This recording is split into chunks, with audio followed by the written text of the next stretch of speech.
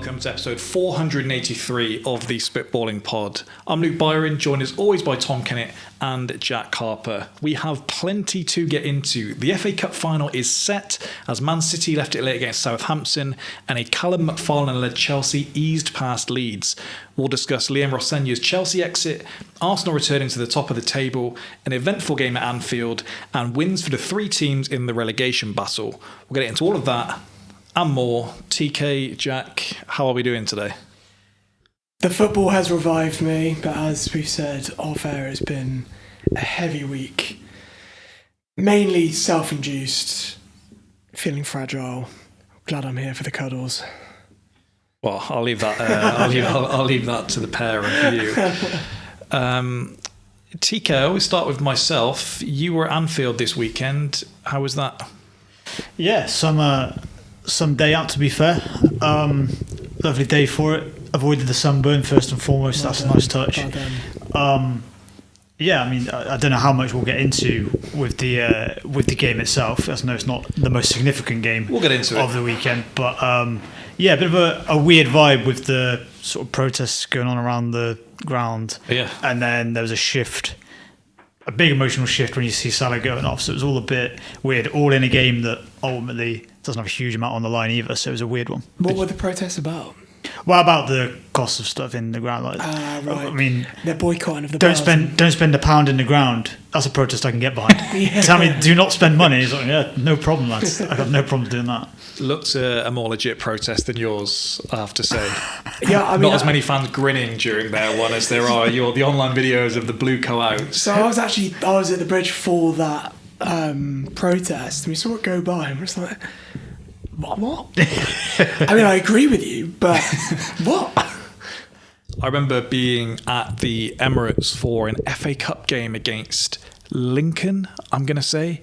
And this was where there was the "We want Wenger out" ones going. And I remember one time going and being like, fucking idiots.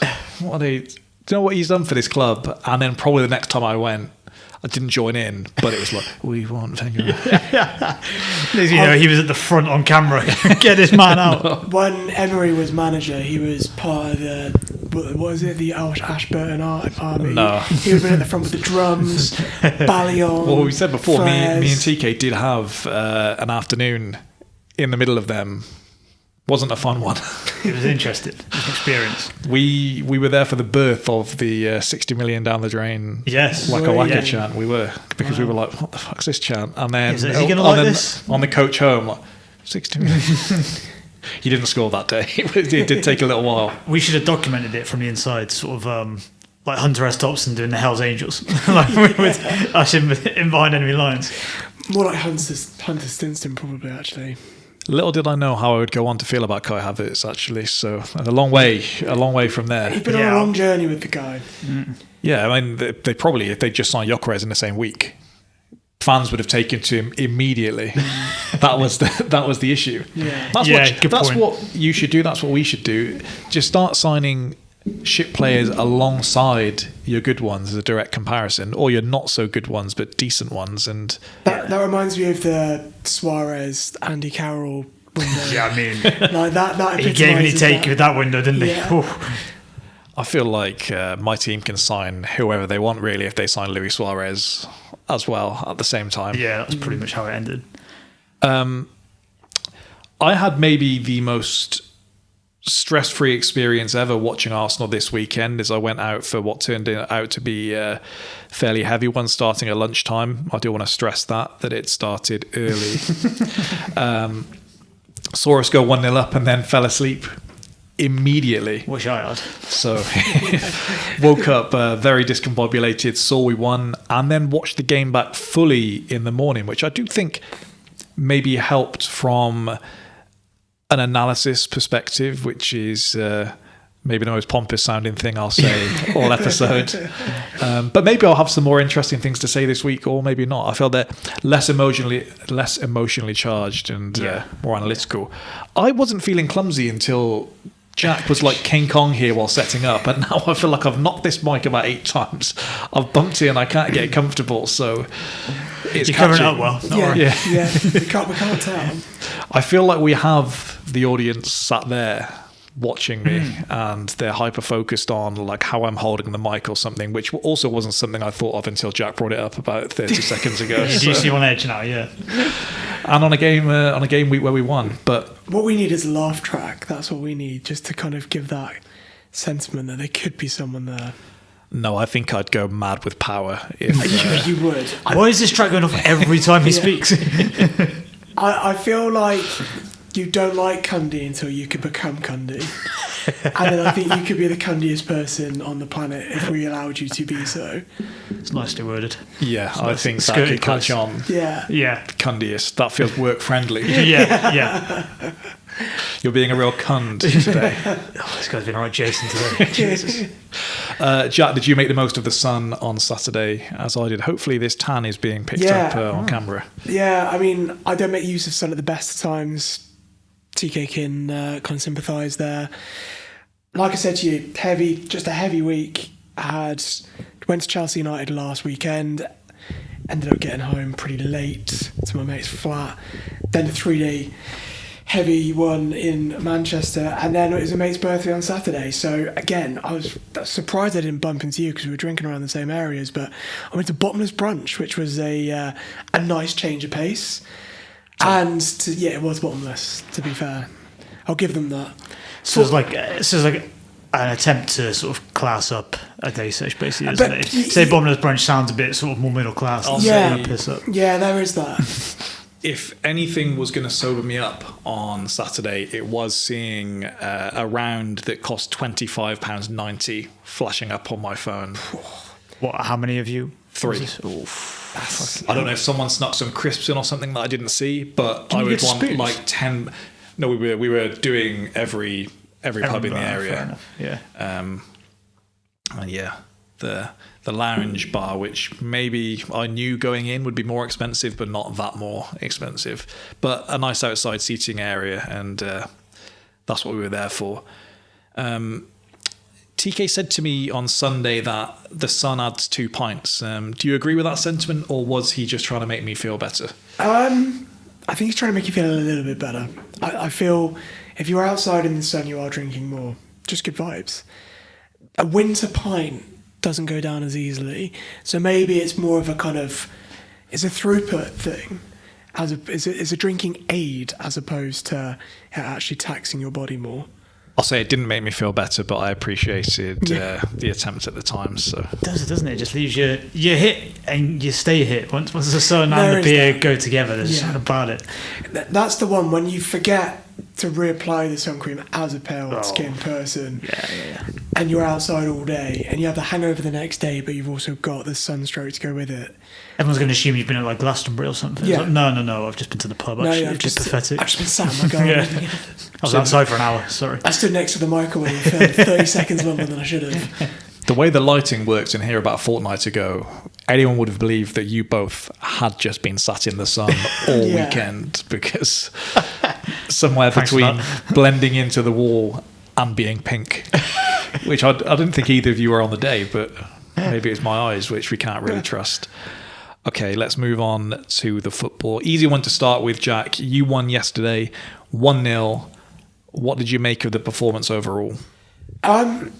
Fine. I feel like it got the job done. I feel the tweaks were made. I feel that they should have done this way, way sooner, before there was nothing to play for, basically, when it comes to Europe. I feel that... With McFarlane as the caretaker?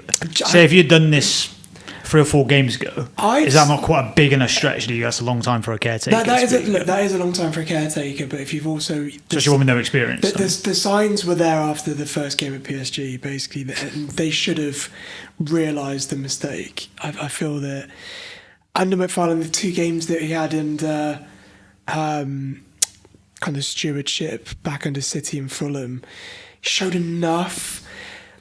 No, I'm sure we'll come on to a wider managerial kind of decision. Oh, we will. But I would have made the change a lot sooner. I saw the record of them when they bring in an interim manager.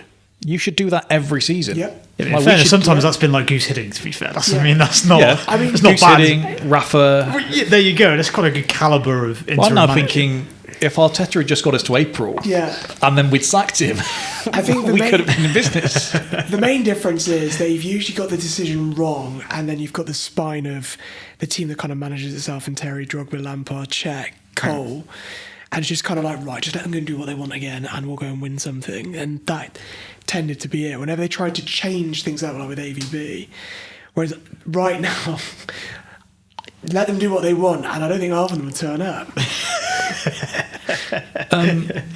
Daniel Farke alluded to it after the game. He said, Leeds looked a bit scared. He thought they were a bit nervous on the day, didn't quite get themselves up for the occasion. And they had some big chances. I'm thinking of the Aronson one in the first half. I think Chelsea scored about 90 seconds after that. The DCL header in the second half that he just gets, this is what a commentator would say, he gets too much on it and just hits it straight at the keeper. But Chelsea, I thought, got their work done in the first half. I don't think it was the plan to sit in more in the second. I think there were some tactical adjustments in the way they were pressing and the way they were just trying to move Leeds around. But it did feel like at a bare minimum they were working harder, tackling harder, and not in the petulant way that we've seen in the last couple of weeks now. Caicedo's still got his customary booking. Yeah. But as for the rest of it, it did feel like a team that was just a bit more locked in. Yeah. It seems definitely much more engaged.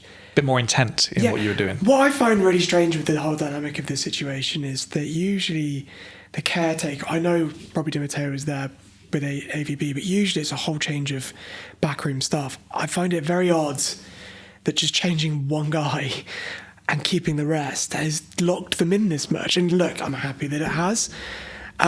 They really must have just not respected him. He's a barrel of laughs, isn't he? McFarlane. Christ. Hey, you don't get a lot of change out of him when it comes to the comedic sense to it. No, he doesn't come across as serious. He does just come across like a prick. Yeah. Like, proper. And I think it's the accent as well. It takes you aback and you think, fuck, what? Who sounds threatening. Who was good cop, bad cop with him and Rosenior as well? You go into a meeting with those two and be like, what happened there? To be fair, there's a sort of buddy cop thing in it for them afterwards, I think, because you get answers out of people. They'll just be like, I've got to get out of this room. I think you can maybe see that in Rosenior's position, he perhaps didn't have the people to turn to that other managers would. So Arteta, there does seem to be a close knitness with all of the staff there, and that's what you would usually see.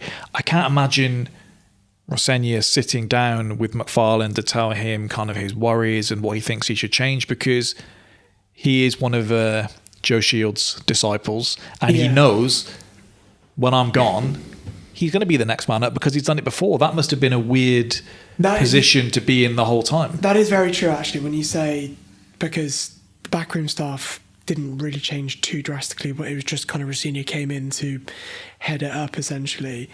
So yeah, you are right when you say that. I think he's obviously got the respect of the players a little bit more, and I do think there's a kind of mentality now where it's like, look, we're going to tailor this to you players. Please just get us to the end of the season where we can salvage probably now a Europa League space. Yeah, I really hope you don't get bailed out by Villa doing something in the league and the Europa. I just can't see us. You've been one too many times. You've got out of jail. I can't see us being bailed out in the situation. I think we've made our beds in the last 7 games, and I think we are going to have to line it next year. Hopefully. Is Enzo forgiven now? Was this enough? Because I saw a lot of articles today and yesterday evening that were kind of like, look, Chelsea players had to go out there and show that they could offer something.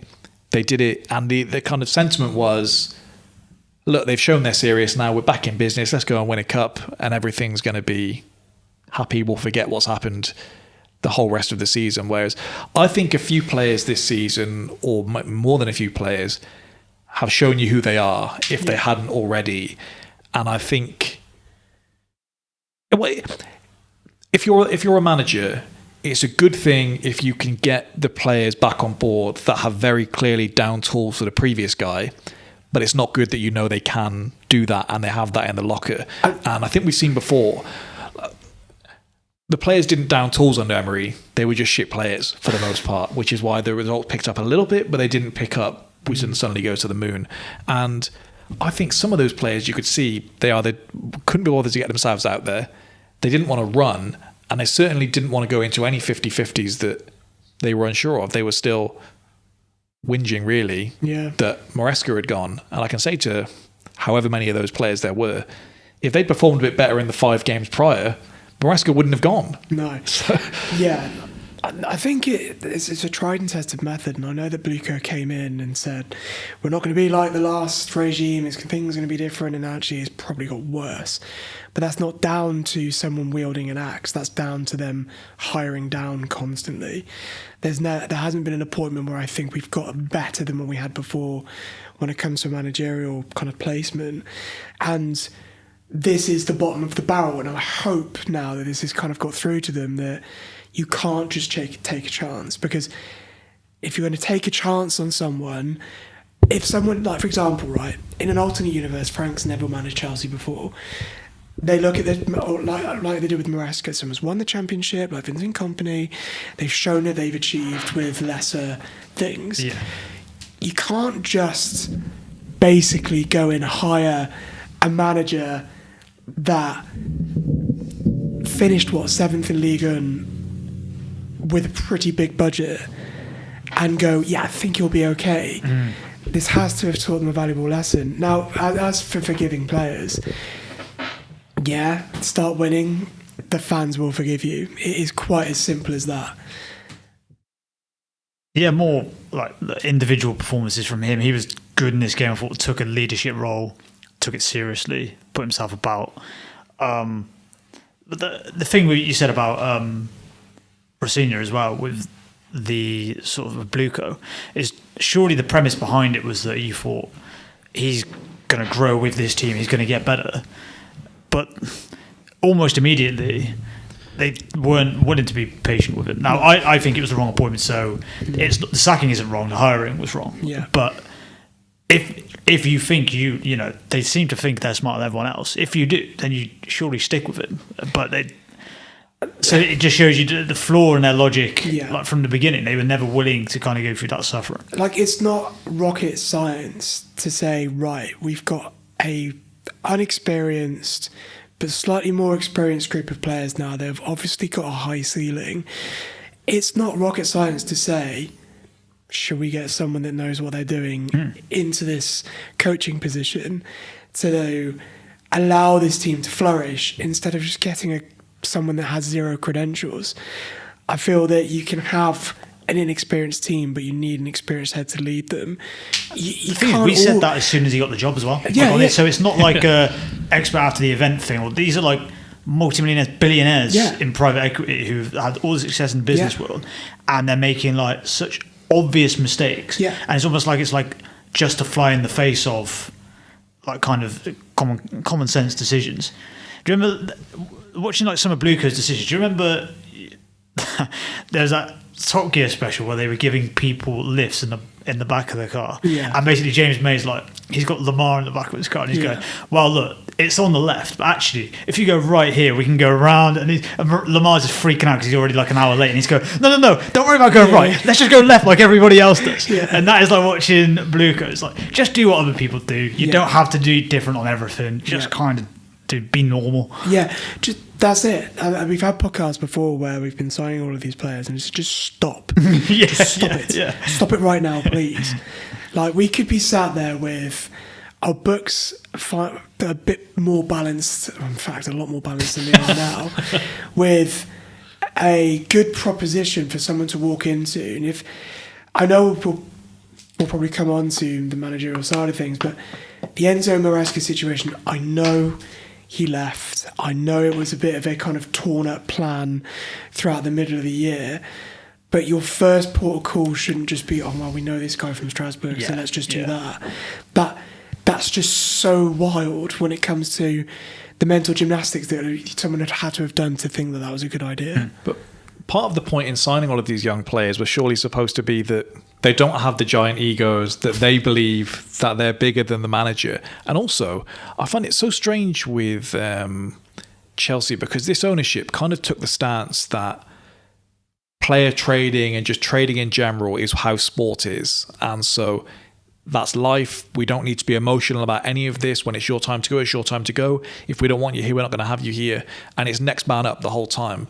And so I would think, unless Maresca is kind of, you feel he's taking his eye off the ball because he wants the Man City job, the idea that he could do well enough that Man City wants him to be their new manager, it's not appealing for you, but it shouldn't be a deterrent for you that we need to get rid of this guy here. You'll get a big lump of cash for him, and then you have to back that maybe Rosenior then has had an extra 8 months in a job, an extra year, however long it is in a job.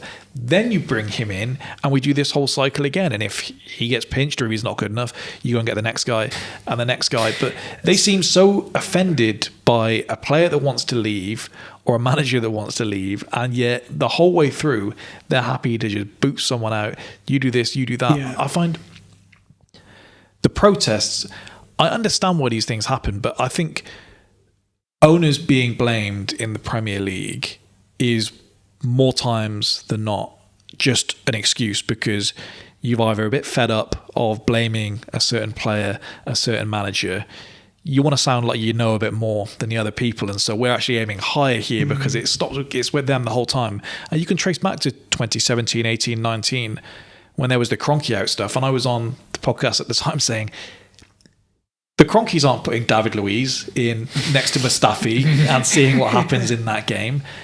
They're actually giving us plenty of money and we're spending it in terrible, terrible ways.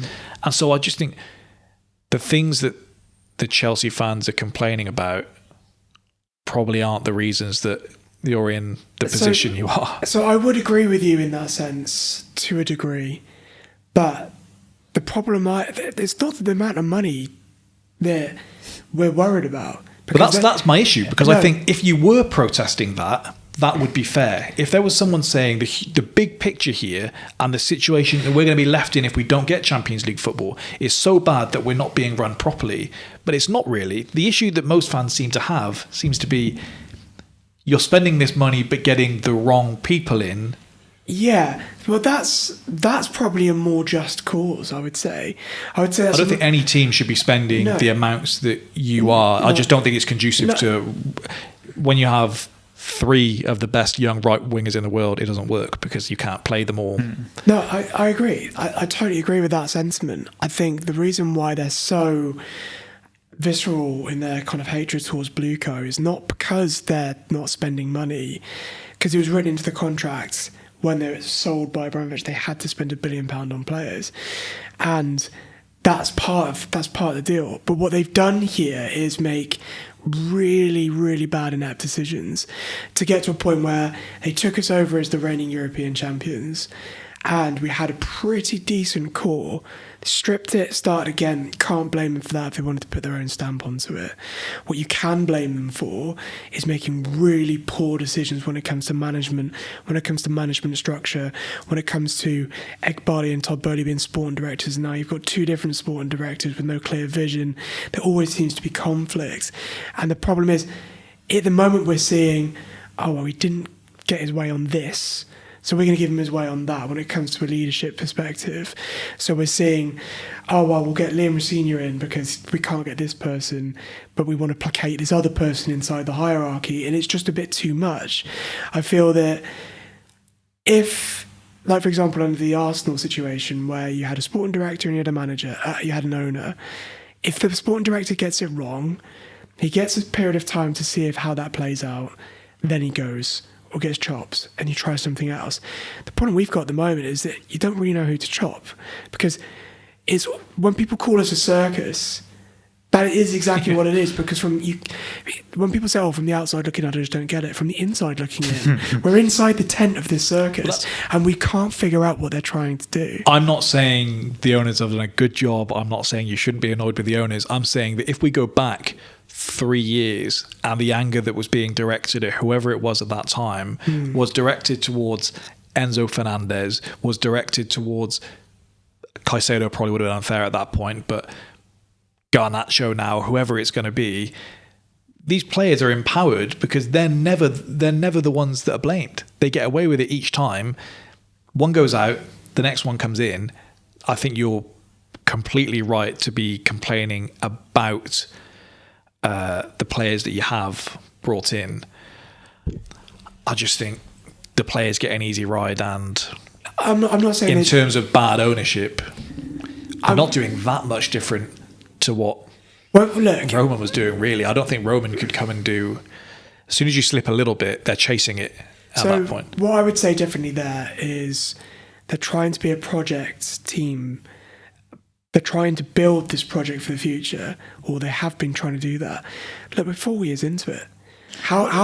When's the payoff? And kind of to touch on what you just mentioned, it's the script around them is like they picked up a team that was in need of serious rebuild. Yeah. So it's just European champions with Thomas Tuchel as manager. Yeah. You've repeatedly hired less qualified managers, made the squad worse, taking it backwards. In 4 years' time, even if there was supposed to be maybe a bit of early suffering, you should be like back to where you were at that point as a minimum. I think even within our league, right, if you've got a blueprint of a team that obviously has money to burn, or they think they have money to burn, and if you want to see a blueprint on how to make a very successful, rich club, you've only got to look at Man City and the way that they've been run.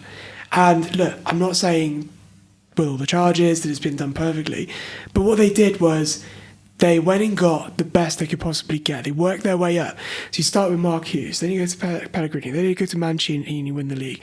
Then you go to whoever it was after, and then you get Pep, right? Is Mancini and Pellegrini the other way around? Same sentiment where you're going, you're trading up at each time to the point where you become this animal. And they got Pep's kind of ex-bars, I think, in place before he even joined. Exactly. Tixi, I can't pronounce his name, but you know. Exactly that. Whereas here, it's been the opposite trajectory. Well, what you did is someone in and said, there's another team in blue in this league that we should base our whole structure off. And about 5 people in that boardroom went, City, right. And the guys in charge went, Brighton. Have you seen what they're doing? Yeah. Fantastic. We can copy them, or we can just take their stuff. Let's take their stuff. So this is it. Like if you just look at the trajectory from where they came in and where we are now, we went from Tuchel, then went to Graham Potter, and then we went to Frank. Frank's like little kind of like caretaker role. Then Poch, and then Maresca, where we did see a step forward, and now we're just straight back down again. I understand that it wasn't in the script. I understand that it was just as much him leaving as it was him being pushed. But it didn't have to be Rosenior or bust, did it? Exactly. When that does happen. Exactly. It doesn't. I think what they were hoping for is a McFarlane situation where he gets it through to the end of the season and we see what was in the market. The problem is, if you need someone to come and steady your ship, don't put the junior officer in charge of the fucking ship. I think they legit thought he was going to be the long-term thing. I think they probably got taken in by the way he speaks and stuff. If you don't know football, probably does come across quite well. And I said before, when he was like a pundit and stuff, I think he speaks very well. So imagine if he gets in front of you, then he can't. But then it's just as soon as he got in the job, you're like, oh, God. And the other thing, I heard that they were basically concerned that he could take a job outside of the BlueCo route and like a mid-level Prem job. So that's exactly what you should want. Let him get experience, a couple of years, a middling club, and you'll get him back. You won't have any trouble getting him back. And if he's enjoyed working with you before, you'll have that. So that whole thing of like, oh, someone else is going to nick it. No, the big club's going to nick it. To loop back around, I guess my point wasn't that Chelsea fans shouldn't be annoyed with their ownership. It's that I think they're annoyed with perhaps the wrong things with their ownership, and the energy should be pointed in different directions. I think you're probably right that as a result of this, individual players have got let off. And I don't know anyone's particularly got. There's some that probably should get more. Well, not even that. To carry on the circus thing, Garnacho could have been fired out of academy. I think to keep people happy. I think as if I asked most Chelsea fans, and I don't know if you'd be one of them, and said, is your issue with spending all of this money or what you've spent the money on? I think the bigger issue is how much money is being spent at this moment in time. It's just vast amounts before seeing any of it come back, whereas I think a lot of fans would be, and maybe I would be in the same boat if I was a Chelsea fan, is just that it's who we're getting in with all of that money, which I think is probably somewhere in the middle. That's probably a fair complaint. If you drop in some of this cash on the likes of Jimmy Gittins or whatever, you kind of go, Well, yeah. But then every transfer So- window it comes back around. Yeah. And So it's like 100. that isn't there again, and there's all the joy Yeah, and yeah, everything. yeah. Well, it's not so much, no, because if you remember, if we go back to our pre-season podcast, I remember saying we are in a market of which Eze, Xavi Simons, Garnacho, and we're coming away with Jamie Gittins and Garnacho from that list. That's not good business, and I don't have to be a football expert that lives in spreadsheets to understand that the other way round. Maybe I worded poorly. Yeah, I think we are just frustrated as fans to see. We should be excited right now. We should be like, right, who are we going to go and get? We've got Xabi Alonso looking for a club. We've got Cesc Fabregas tearing up at Como. You've got Glasner becoming available. You've got Iraola becoming available at the end of the season. And we've got absolutely no confidence that we're going to go and get any of those, because who are they just going to pop up with next? Because it just keeps hiring down. Yeah. Something that's surprised me, and if we speak a little bit more about Rosenior specifically, was one of the pieces I read on his kind of exit was that The Athletic Battlefield. was that from the inside he's considered to be more motivator than tactician, whereas I think if you asked all of us Entertainer before first. him coming in, was he someone that sees the game maybe a bit differently? He's someone that can change the way that you're supposed to be playing, and that wasn't really the case. And so it should have become apparent pretty quickly, if he wasn't able to motivate that team, then this just wasn't going to work. But I think when you look at that, and you look at that isolated bit there, you've got a guy that's won the championship and then been Pep's understudy. They've got to multiple finals. They won multiple trophies last season with him, and he's gone, and you've been replaced by someone that's played for Hull, Brighton, and managed Strasbourg. And it's kind of like, would you be motivated by that as a top-level international that's just come off the back of winning the Club World Cup? Probably not. Is it hard to buy into? I do feel it's a bit unfair in some respects, where we weren't doing too badly, like it was passable, right up until the last 15 minutes of PSG, and then the whole season just nosedived. Yeah. Now, that is also on the gravitas of the manager of being able to pull them back from the brink, where they've gone... He fucked it by making no substitutions till the 80th minute, and you could see that they were flagging, and the whole of the season has just been blown up since. We just, like I said on the last podcast, come back off the beating of Aston Villa 4-1 away from home, thinking, okay, life's pretty good. And he did bizarrely treat the end of the first leg of the PSG game like it was a one-off game. Yeah. Like you were going for broke. It's like, there's no game here. Yeah. You take 3-2 back to the bridge, and like you never know what can happen. I think it's a classic case of like this young manager who, once it started going downhill, could not stop it. And you could see it each time after a game. It was becoming more and more, oh my God, until eventually, he really went for the players, didn't he, for what he's done. Yeah. Is it not strange that we can read that a week ago, those involved on the board at Chelsea were saying, look, we're going to give this until at least the end of next season to see where we're at. Basically, he's going to get a full training camp coming in. And then a week later, it can be, look, there's no coming back from this. He has to go. I think we all know that's the thing, though, isn't it? Yeah, that's but all the vote of confidence is always. This wasn't the external, because I thought Egbali's words externally were awful, where he said, look, we have hope in him, we believe it's the case, but also it's a results business, so we'll see what happens. That's not a vote of confidence. We think Liam is the right man. The words were saying that internally the thought process was still, look, we need to get this out of him, we need to just get through this period, and then we'll see what happens next season. And so for a week later, that to be having just no hope at all that you can turn this back around. I've got some quotes and some parts of several different articles that went into that. So Rosenier's reign, 107 days, the shortest tenure of any coach appointed since the Todd Boehly Clear Lake Consortium bought the club.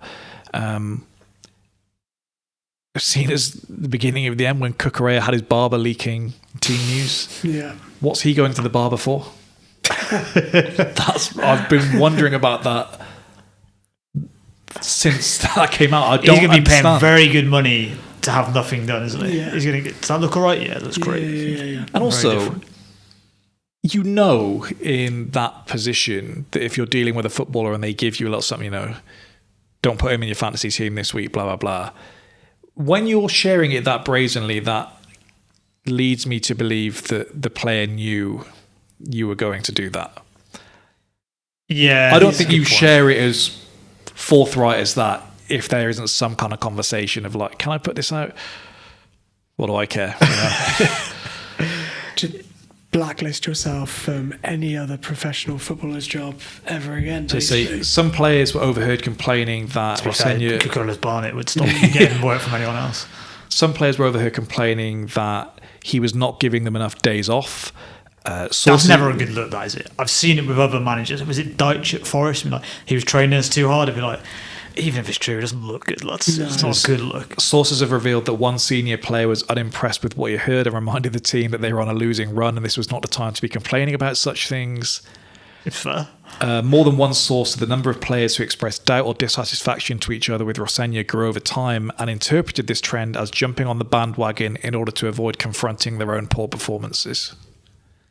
I know there's something in that, but... I totally believe it. When you look at some, though, so Joao Pedro, 12 of his 19 goals this season came under Rosenior.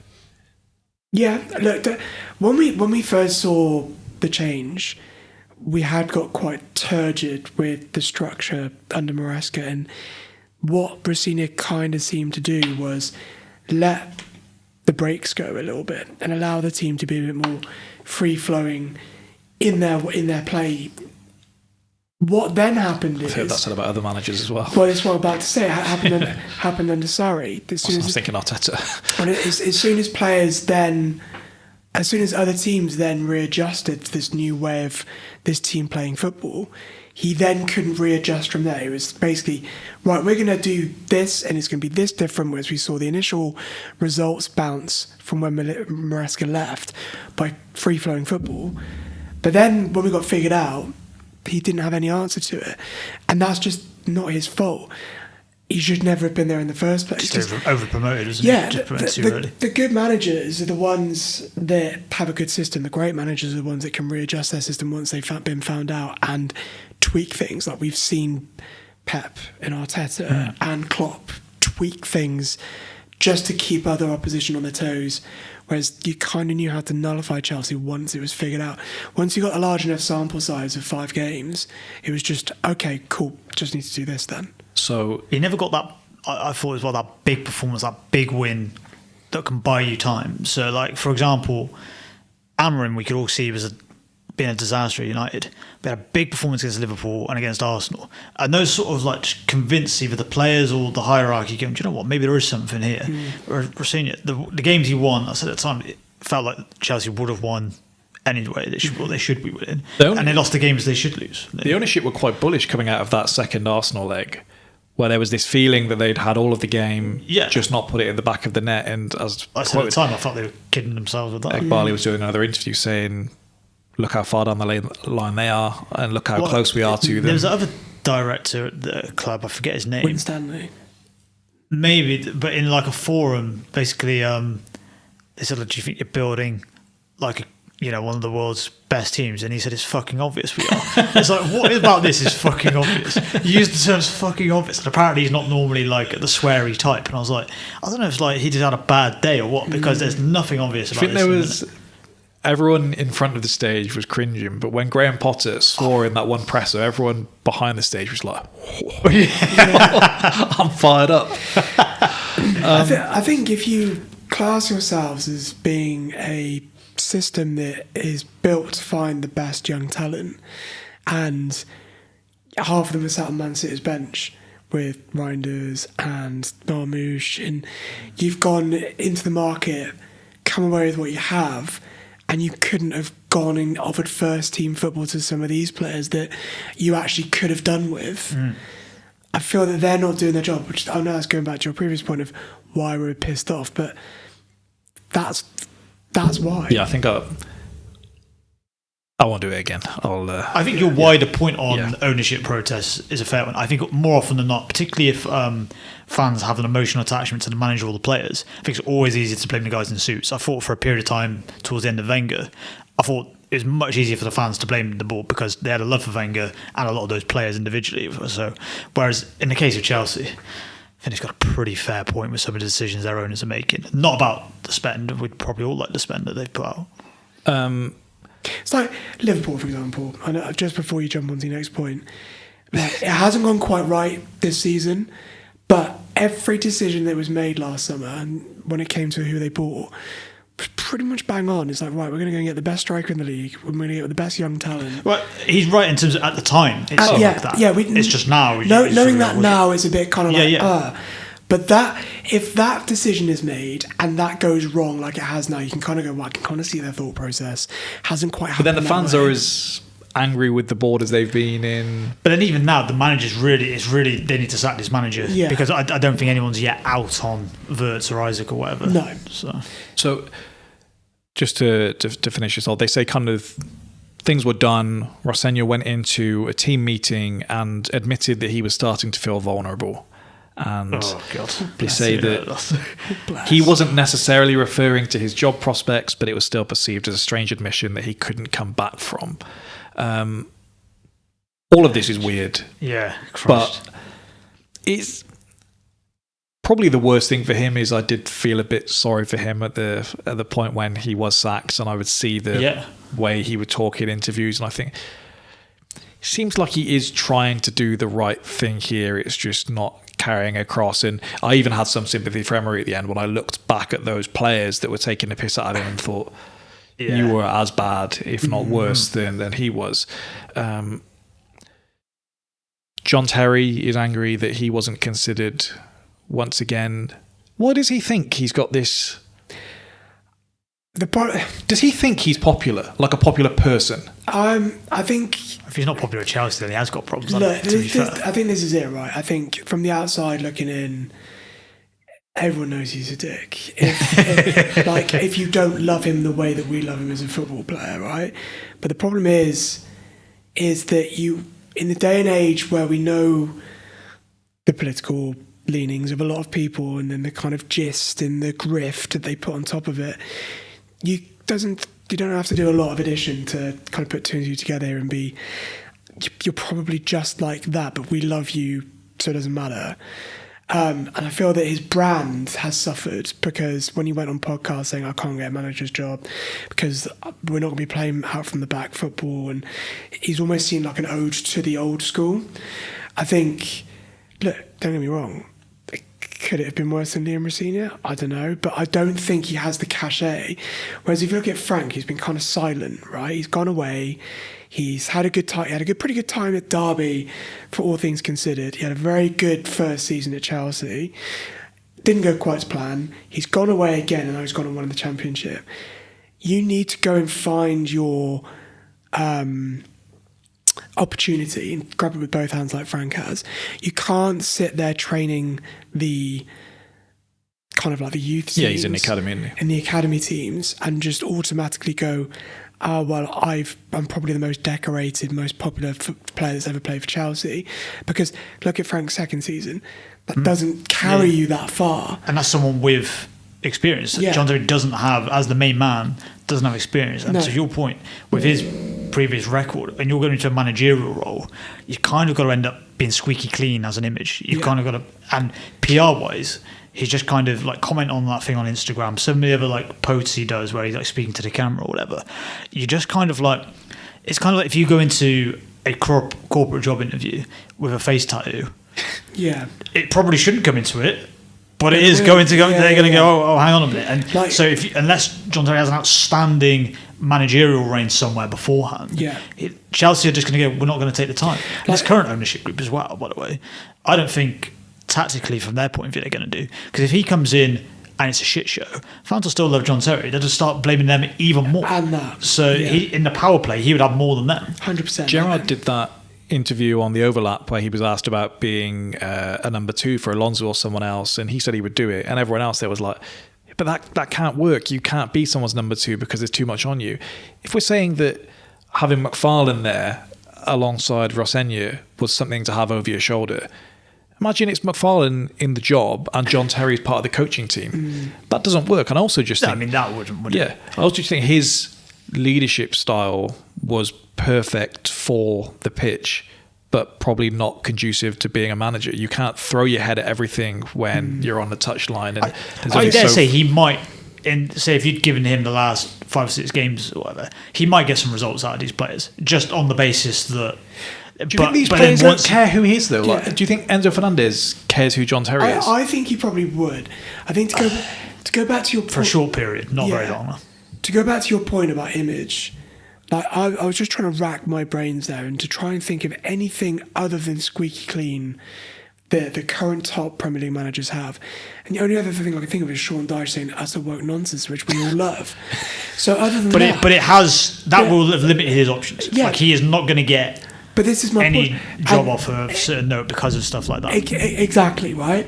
So he kind of prides himself on being this kind of unabashed, I will sort this club out. You don't have to love me for this, but I will go and do that. That's not half as bad as what some of JT's stuff's done. It's him as a brand, like every Chelsea fan would just walk through fire for him. But as an actual brand, when you're going in and having a business conversation about leading a team, he hasn't got the cachet. I don't know that stacks up when your fans turned on Lampard. I'm not even saying because I think any manager at some point will have the fans turn against them if they're left in the job long enough. Yeah. But I don't think the thing of everyone is just going to get behind and stay behind John Terry exists when the only other comparable person at Chelsea is probably Frank Lampard, and it didn't take much for that to tip the other way. Of the die-hard fans, the ones that go every week, look, you're going to get a lot of online following, and once you investigate where that online following comes from, a lot of it doesn't originate from the UK. So they are new age fans that get up in the morning, watch it, and it depends what you mean with turning as well. And they shout the largest. Wanting him sacked isn't necessarily turning on him as such. It's just recognising that he's probably not working there and then. Like, that's why I don't think Terry would get as much grace. I think the only I could see that if you wanted to give him a few games just to tide you over and to get a bit of feel good factor around the place. Would he bring feel good factor? That question. But yeah, then I could see it. But anything beyond that, I couldn't. And he, like a lot of ex-footballers, I do think have a bit of entitlement in terms of some of the stuff they say as to what they think they should sort of be getting. We've seen that with other managers before, though. Like, as much as I think he was a brilliant player, fantastic, it makes perfect sense to me that Sol Campbell can't get a manager's job. Yeah. Because I just don't see his personality gelling. It doesn't gel with his peers, let alone 30 blokes in a team that he's supposed to try and rally his way. So. And they will think there's going to be baggage that comes with that. They think we're going to have to be explaining away some of this stuff, and we don't need to be doing that. Someone like Frank, very easy, very clean cut. We know we're not going to get any of that fuckery with him. Now, whether he's good enough, whatever, but we know we're not going to get any of those problems. Let me ask your preference then before we move on. So they say that Chelsea are going to take their time now to find their next permanent head coach. They insist that they hadn't spoken to anyone prior to giving Rosenior the chop. To be fair, they said he's got another year and a bit the week before. I'll take them on the word. Well, they did that with Poch, where they were like, we weren't even thinking about it, and then Jose was in before sunrise the next day. Iraola is leaving Bournemouth at the end of this campaign. He's supposedly one of 7 or 8 names under consideration.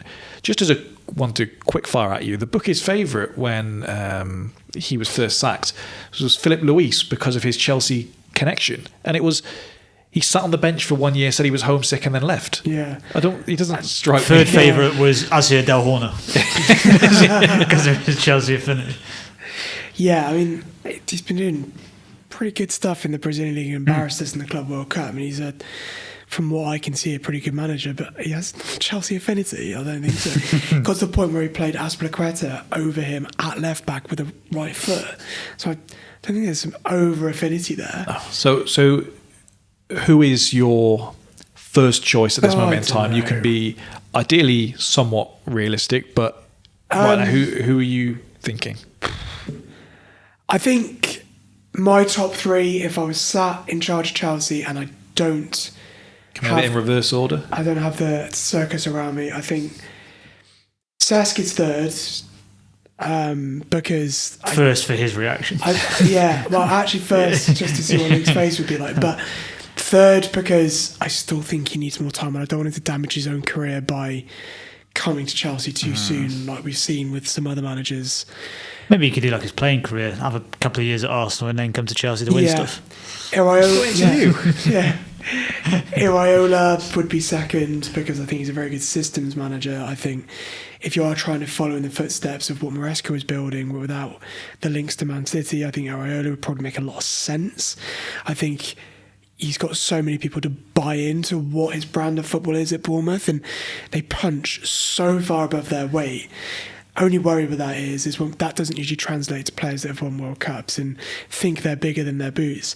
I hope it would. I think he's different in that he's a front-footed manager. He's not asking you to sit behind the ball and adjust and do lower club things. Yeah, I think that.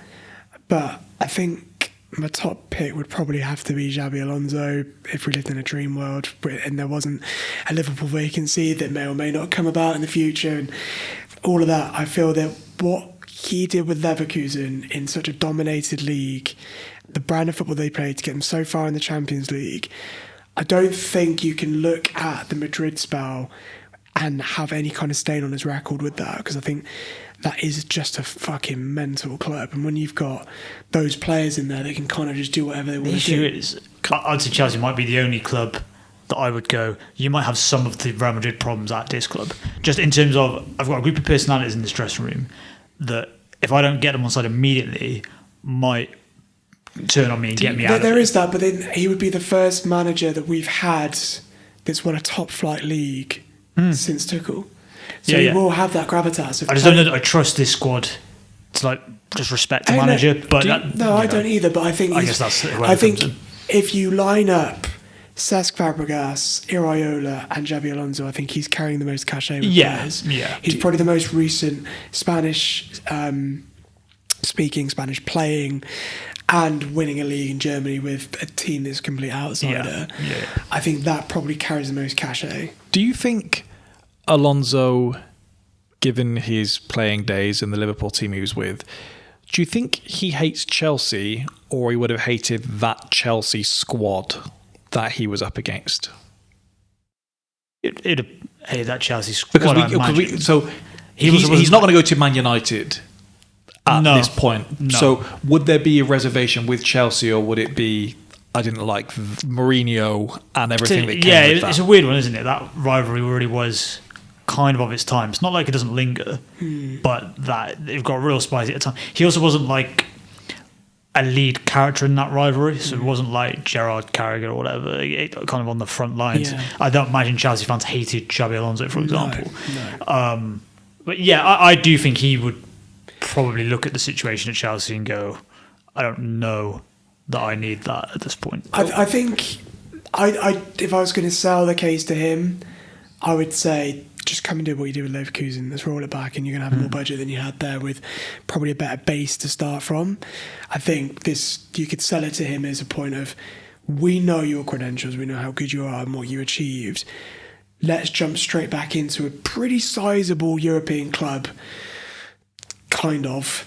There's a big kind of quotation mark around that at the moment, because we soon won't be if we're out of it again. But this would be a really good place for him to come and go, right, top four, big six Premier League club, and see what he can do with it. If you didn't like Maresca flirting with City, I dare say you might not like Xabi Alonso when there's any turbulence at Liverpool. Yeah. I agree. But then I guarantee you I would put a lot of money on none of those three become Chelsea manager. Are we ever going to see Simeone at Chelsea? Those times, I would love to, just for one season. Is he just to see him with this group? Just to see what the hell would happen. Bloody hell. Is he not the most Chelsea manager to have never managed Chelsea? Yeah, it's always felt like at some point. We basically had Italian Simeone, right, in Conte, and it went pretty well. Yeah. But I do think that brand of football is kind of just finished a little bit. Well, we'll see, won't we? We're playing I was going to say, I mean, it's not totally finished. Maybe he's looking at another job in England. Yeah, we're going to soon watch a tie where it's like, no, you have the ball. No, you have the ball. The thing is, they've, the bits I've seen about them this season predominantly is that Atletico have been slightly different this year, but that's maybe not necessarily a tactical tweak on his part so much as they've kind of fell into this way and they've kind of had to. So maybe he's not going to change it, but maybe he's slightly different. But yeah, I agree. He's always felt like a Chelsea manager. Him with the British press would be hilarious to watch. But they love him at this point. At this point, I think he still barely speaks a lick of English as well, though. Yeah. But McFarlane doesn't speak much. I've seen this spoke too much, so maybe. Yeah. I don't think I could forgive Saska second time. Yeah. He has to be more of a bastard in the manager role as well. Yeah. Because he did the one where they kind of tried teeing him up to shit on us a few times, and he would say, no, even though they were booing me, I wouldn't have that. Also, I think you might be surprised how many Arsenal fans still hold a heavy dislike for that man. Yeah. Really? I mean, it doesn't surprise me. He won 2 Premier Leagues with us and countless cups, so no, it doesn't surprise me at all. Wenger was the issue there. I wonder, I've sort of spoken plenty of times how much I rate Iraola on here. I do wonder if he would look at the situation at Chelsea. It's enough of a promotion that he probably ends up having to take it. But I do wonder if he looks at that situation and go, would I like a bit more stability kind of upstairs and around me than I'm going to get at this? It's like I said, if the offer gets put in front of him, it's probably too good to turn down. Yeah. But I just wonder from his point of view, I've got a really settled, sturdy setup here. I don't know what's going on at Chelsea. This is going to be carnage. And he does seem like a really nice bloke. Yeah. And to be that manager of that club, I do think he'll be a bit of a prick. I think but any of these top clubs, but definitely Chelsea.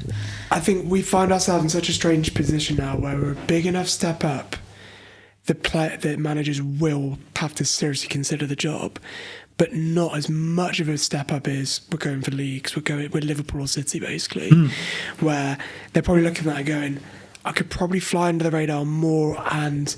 But let's be honest, any success at Chelsea is success at the moment because you're following an absolute dumpster fire most of the time. So if you're known as the person that turned it around, then great. I feel that like Slot's fallen foul of it a little bit, where he's come in, he's won the league probably off the back of like a very good setup, imposed his way of playing, and now he's almost ruined his brand, where there's nowhere higher to go really. So he's not going to go, right, that's not worked for me at Liverpool, I'm going to go manage Madrid. He has to turn it around, otherwise he's going to have to go back down to a mid-table team to kind of reinvent his image. So I think Chelsea's enough of, well, they're fucked anyway. So Maresca's not going to struggle to get the City job if he really wants it and Pep wants to go. But Chelsea's enough of a dumpster fire when it all goes tits up that they can probably just point and think, oh no, it wasn't my fault. Problem with Graham Potter is it's kind of followed him around everywhere that it's not been Sweden or Brighton. So that's the issue there for him. I've always said, I think Marco Silva ends up at Chelsea. He's supposedly waiting to see what happens with Madrid, and I can probably tell him, start looking elsewhere. Yeah. The Danny Rose of Milan called. Yeah, I don't think Iraola turns down Chelsea. No, I don't think push comes to shove, but it does feel very kind of incongruous against kind of his own sort of values and setup. But they've all got egos, and he's going to go, I've got this out of this group of players, I'll get a lot more out of that group. Yeah. In 2008, you might have looked at all the press and said, Brittany is way too chaotic. If she slid in your DMs. Yeah. But to carry on that analogy, Iraola's probably got more people in his DMs than I do, so he can be a little bit more choosy.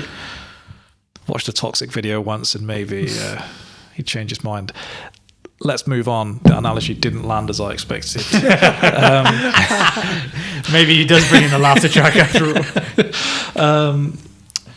So as I said, Arsenal got through it. I didn't endure the stresses of this game, but I will say, if you think this team can be boring to watch live, watching them without any jeopardy, oh my god, yeah, fair play to you, is even worse and hungover.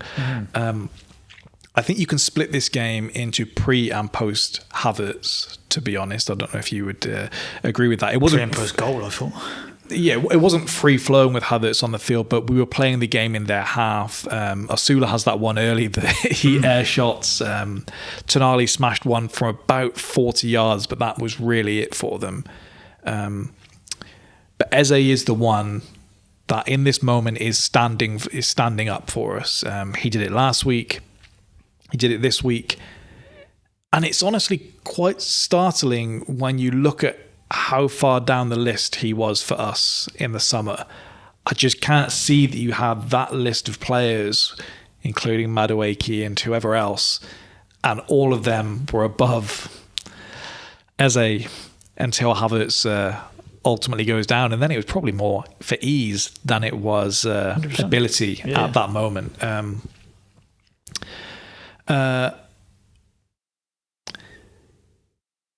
His goal catalogue for us is joke nuts. Yeah. And I think it does show the stupidity of the stat that this is going to be held up in the Arsenal can only score from set pieces messaging at the end of the season.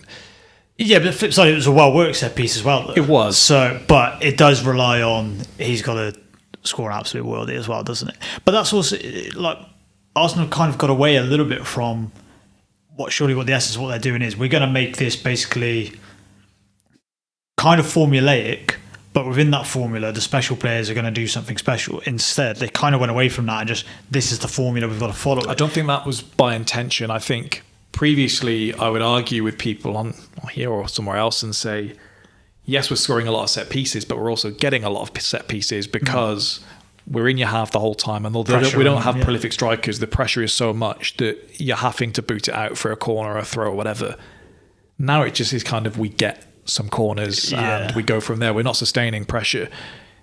I was going to get onto it later, but in this game, we have less shots, less possession, less moments, I would say, than Newcastle. And they were without Joe Linton, they were without Anthony Gordon, they were without Livramento.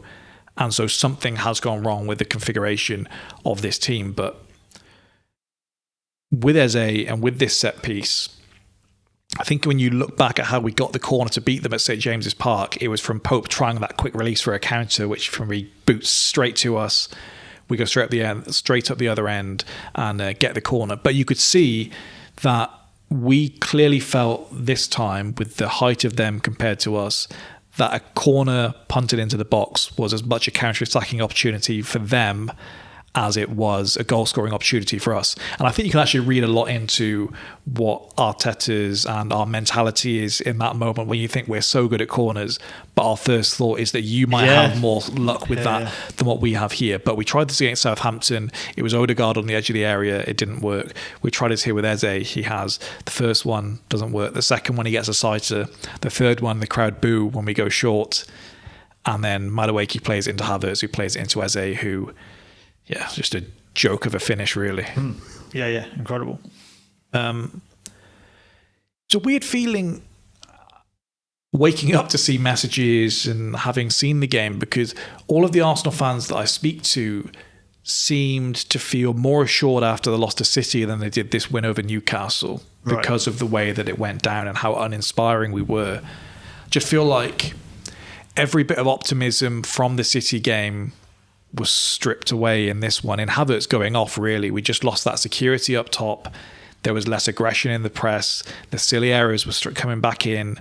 I can't remember the last time our midfield controlled a game, and it's not because of a lack of ability in either of them, because I think they walk into 19 of 20 midfields in the league. I would say Zubimendi does a lot more work out of possession at this moment in time than I thought. During the emotions of the game, I think it's easy for me to look at his inefficiencies, but the amount of second balls he was sweeping up and just hurrying people and all of that kind of job, I thought he was good at in this game. But yeah, the security on the ball was just horrible. And like you said, they didn't have Joe Linton in there being a bastard either. But then I thought Bruno and Tonali were good as well. And maybe you might argue Rice and Zubimendi, if they were at their best, they wouldn't allow them to have the level of influence they had in this game. I thought, though, there was a real because of how early you scored, it was so stark that the mentality kind of shift almost immediately after the goal. If you look at how you started that game, it was a lot like the City one, where you pressed them high, the energy was great. There was one point where Eze's got the ball on the left, Hincapié is broken into the box, Havertz is, Odegaard is, Madueke's at the back post. I was like, fucking hell, they've got him pinned back here. This is actually a show of ambition. But then as soon as the goal went in, you didn't see things like that happening. And I can't believe that's necessarily Arteta's a conservative manager. I don't think it's immediately, right, we're 10 minutes in, we're going to sit back. So there's something psychological that, oh God, we've got something we can lose here, where, you know, kind of repeating ourselves weekly on this, but you kind of got to treat it as we've got something to gain or we've got something to lose. I was grappling with this on Friday night when I was thinking about the run-in, and I wondered, if you offered me 5 1-0 wins prior to that game, would I take it? And I think I would. Yeah. Well, the whole conversation last week was we're in a shootout. Yeah. And so I think just because of what I know of how we are in front of goal, especially with this injury news today, that we'd have to take that. And I do think we're relying on them dropping points more than I'm relying on us. Maybe, and after how they performed against them in the week, maybe you play this, we play every game as we would until you get to Burnley in the penultimate one. And then if we're still locked in, then let's see how many we can smash past them. But I saw some Arsenal fans pre-game saying, like, we need to beat each of these Fulham and Newcastle by 2 goals and get some goals on the board before City play their games in hand. That they're trying some rascal business in their scheduling of those, which is dirty based on what I've heard. But we'll see how that plays out. What is the injury news? I'm assuming it's Eze okay, but Havertz is out. They're kind of saying with Havertz, and I feel like I'm on a different planet to the people reading the news. When they're saying he's not going to be out for a long time. At this point, there's 4 weeks left of the season. So when they put it out like it's positive news today and they said there's some optimism that Havertz will still play some part in the run-in, it's like the season could be over if this week doesn't go well. Yeah. But it's like, say we lose by 2 to Atleti on Wednesday and then draw with Fulham on Saturday. Doesn't really matter if you come back now at that point. So the idea that, well, if we can just... a couple of weeks he'll be sound and then we can maybe have a Champions League final and 2 games left of the season, that doesn't really run with me. So that's why I'm maybe a bit less positive than the other people I'm seeing getting that news. It certainly looked a bigger injury than that, didn't it? Yeah. The Eze one just looked like he just took himself off. Yeah, someone zoomed in on him saying to Arteta, I'm okay, but then he said that before the Carabao final, but then they were saying he got injured a day after. I don't know with him. I think he's carrying something and they're being very cautious is probably... I did think it says an awful lot about, I guess, 2 things. 1, the result you won, so it doesn't matter anyway. But 2, if I like a player, I'll give him the benefit of the doubt, because I thought, that's kind of impressive that he knows his body that well and he's managed that. Whereas if it's someone I didn't like, I'm like, this team needs him and he's quit. What do you think he's doing? You would think Arteta learnt a lesson that time he shoved Partey back on the field to track back and then pulled his groin or whatever it was and was out for a significant period. The other part of I think the negativity from maybe some Arsenal fans is Havertz going down like that, but then what came on. And I appreciate, it's not something people don't already know, but this was a horrible performance. Yeah, that's my next point. So let me ask you, first of all, because I think Gyökeres alone could have changed the feeling of this game coming out of it. Say he manages to hurdle Nick Pope, he manages to square that ball that he hits the defender with, and we win 3-0. I think Arsenal fans are saying, let's have it. Game on. But yeah. But that doesn't happen. No. I'd seen that moment-ish, and then seeing it with it all playing out for Gyökeres, I was still expecting him to hit the pass because I thought you can't. You're a professional footballer. You'll hit Well, I this think pass. he could put his foot on the ball and play it behind the 2 defenders and just rely on the attackers, the other side, to sort it out and get something off. But if he has to, but it's not even then. It's not a hard pass to play. No. The first one. Declan Rice plays it for Havertz in the Carabao Cup second leg. Nick Pope, I think, is fortunate. I disagree with Arteta-ish that it's 2 in 2 weeks. The Kusanov one, I think, can go either way. More times than not goes the way of Kusanov on Havertz and not being a red. This one I can't believe is a booking. In real time, I thought he's fucked here. Just the idea that there's a defender close, I don't see what that changes. Because are you saying he's going to get to the ball before Gyökeres is? Because I don't believe that. And are you saying because he's there, that means Gyökeres can't score? Gyökeres is a lot of things. He can hit the target. He can hit the target in an open goal from there. I think it's last man. I think it's the fact that he's not last man saves him here. I think he is based on the amount of space between them. I think And how wide it is seems to come into play as well. I think, look, if that's middle of the park and he's last man, that's red card. For sure. Even if he's there and he's not last man, that's a red card. I thought it was such a cynical challenge. Yeah, that's that I thought my next he point. had to. I thought. His arm comes up to sweep him away. He has form for this as well. Yeah, and he's been sent off for it before. Yeah. Good This decision. time he didn't get it. decision. Yeah, the 4-on-1 pass. I don't know. Just seeing him lumber around with no security on the ball. I saw a stat earlier. I didn't double check it. That says for every 100 touches he has, he loses the ball 42 times. And the fact I thought as little as 42. Yeah. He's just rubbish. I thought Odegaard again showed you the good and bad of him, but the times he passes backwards when he can pass forward, I think induces more pressure on us than it needs to. Because at this point, you're playing 90 minutes, so I'm not blaming it on a lack of fitness anymore. I'm blaming it on you being a pussy, basically. Lack of bravery at that point, with what you're doing. So I don't know. And then the visual at the end of the game, that's like, these Arsenal players have put their all in and they collapse at the end. I don't think that's a good sign. One, the competitions we're playing in, but two, if you were to really, really, really simplify it, you're told from the age of about 5, let the ball do the work, and if you're the team with the ball, now and we had a little less of it, but it shouldn't be. There wasn't that much of a taxing game, particularly just watching it. It didn't look like it was frantic. At the end, when they were having their chances, the whistle one, not as big of a chance as I think commentary had it out. He's been to getting be. hammered for missing that. I thought he should hit the target for sure, but it's a great ball for Guatemala as well, by the way. If Gyökeres misses that, you're screaming for him to be sold. But he scored 18 and I'm still screaming for him to be sold because he's missed about 50. Yeah. Actually, he wouldn't be in the position to have it. It would probably be the bigger issue. I think it's just, it feels like we're so devoid of ideas that we're resorting to just working hard. Yes. And I think that can get you through a game. But we've been saying this since about January. The thing is, you have to win some games like this. And it's not some games like this. No, it's like each game. Spurs, Leverkusen. That's pretty much it. But you are now in the set of games where you probably do have to win games like this. It's just that you shouldn't have been doing it for a couple of months prior.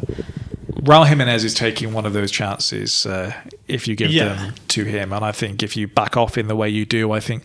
Silver line for Arsenal is probably... I think that's the only clear-cut chance that they have. Really. Yeah. Like you said, the Tonali one in the first half isn't a chance. He just lashed it in and Raya lost sight of it a bit. Some of what I'd heard and read prior to watching the game, I thought there was going to be the sustained period of us really with our backs to the wall, and I think someone put the ball into the box with Dan Burn header at the back post. And that's really the only moment I can think of. Somehow not very good in the air. It just ended up being a simple save for David Raya. He in the first half is on a booking and then is able to just pick the ball up and walk away with it. So if that's not delaying the restart, we just don't bother with that anymore, obviously. But I don't know.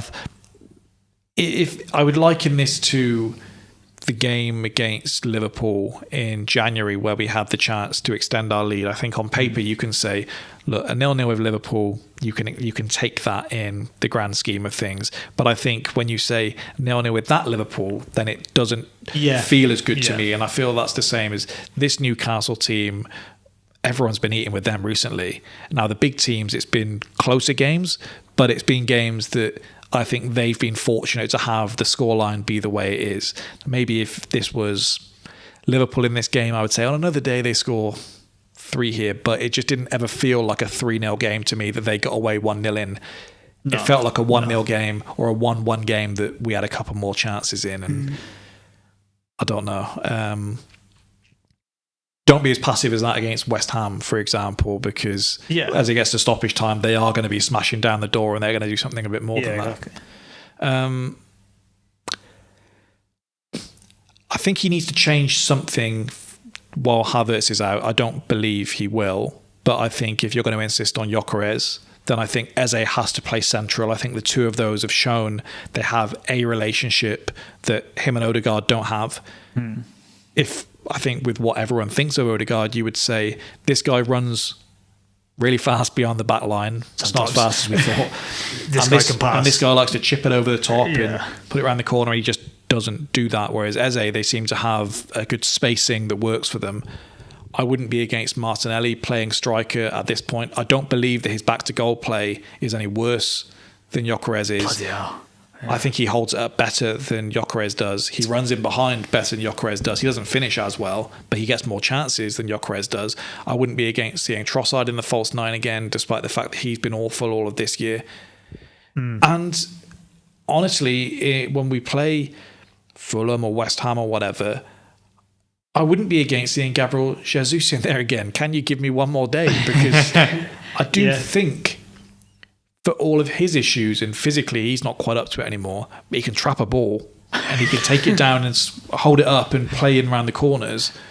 I don't think... You're also asking for a short burst from him as well. You're not asking for, right, you've got to give me half a season. Yeah. There's a handful of games. I don't think Saka is going to play every game just because he was back here, but the difference in him and Madueke in that time there, I don't know if it's just this stage of the season. I've tried with him. But also this was a bad one for him. Firstly, there was a great lift just from Saka warming up, let alone when he came on. It was a real lift. That at this stage, you need something that can mentally give you that.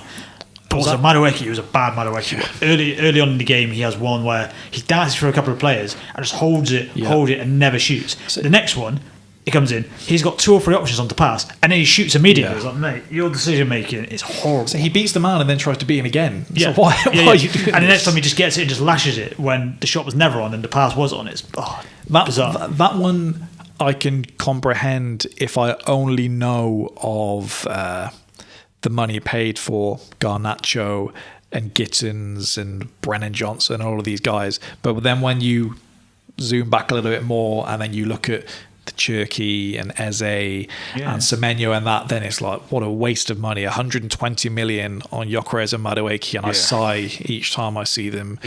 Because I'm happy with Madueke coming on. I do think he offers something a bit different. It's just I don't want to be relying on him in a Champions League semi-final or a crunch game in the Premier League, and we've had to do both of those so far. A couple of bits because there wasn't really much more on this game. Am I crazy, or have I just watched Gyökeres for too long? If we're having to stick to the usual plans this summer, does Nicholas Jackson to Arsenal make sense? The turntable. I wouldn't hate it. I think he would probably do a pretty good job for you, but I think there's a world in which he comes back to Chelsea. Well, there's people out there saying he made Cole Palmer, saying that Cole Palmer's struggle is because of a lack of Nicholas Jackson. Yep. Merce is big on that. I think Merce is really big on that. I think if Chelsea, I think you'd be hard pressed to get him out of Chelsea from a Chelsea perspective now, because we've seen. I'm not. And so also, sure. even if they don't want him, they're going to go. Don't want these bastards getting him. Also, I think they'll. Liam Delap at Arsenal. No. Can I sell you this guy? Talk to me. my friend. Very good price. Just we're at the point where Arteta needs the PR in the way he does. They're trying to blame the Madueke one on Berta. And it's like, hang on, we can blame Gyökeres on him. We know Arteta. Arteta came out to claim credit for the Madueke one, saying, I've wanted him for years. Edu pushed back on Madueke. Bloody hell. And we've seen the players that he signed. It'd be an interesting one for us. That style of striker would seemingly fit a lot better than what you've currently got.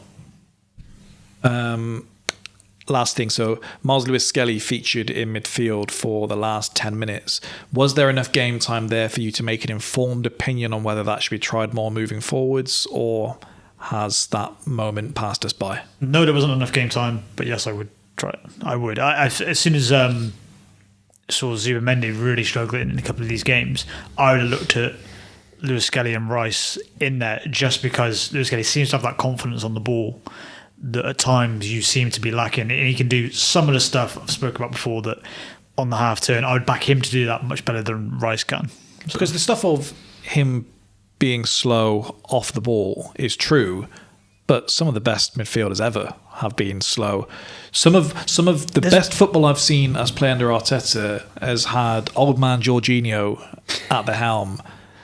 And I was saying in complete seriousness in January that we should have tried to get him back again now their season was done, and I stand by. And there's a weird focus with Arsenal on what so many players can't do rather than what they can do, and also a sort of like there is just going to be the perfect player in each position, and that there's always going to be give and take. The issue now is that if it's, you know, for example, I'm not going to go, oh, what do you want? If it's Gyökeres can, you know, he can hit a ball. It's like, yeah, there's quite a lot of downside, unfortunately. But I don't know. What you can't do is out of possession, though, then you don't get especially on the in that deeper midfield position. Well, I don't think that's necessarily how it should be. I'm saying that our manager, he's prepared to overlook your inefficiencies on the ball, off the ball, no chance. Yeah, we spoke before that Eze got punished way too heavily for not tracking his man at Villa, for example. Yeah.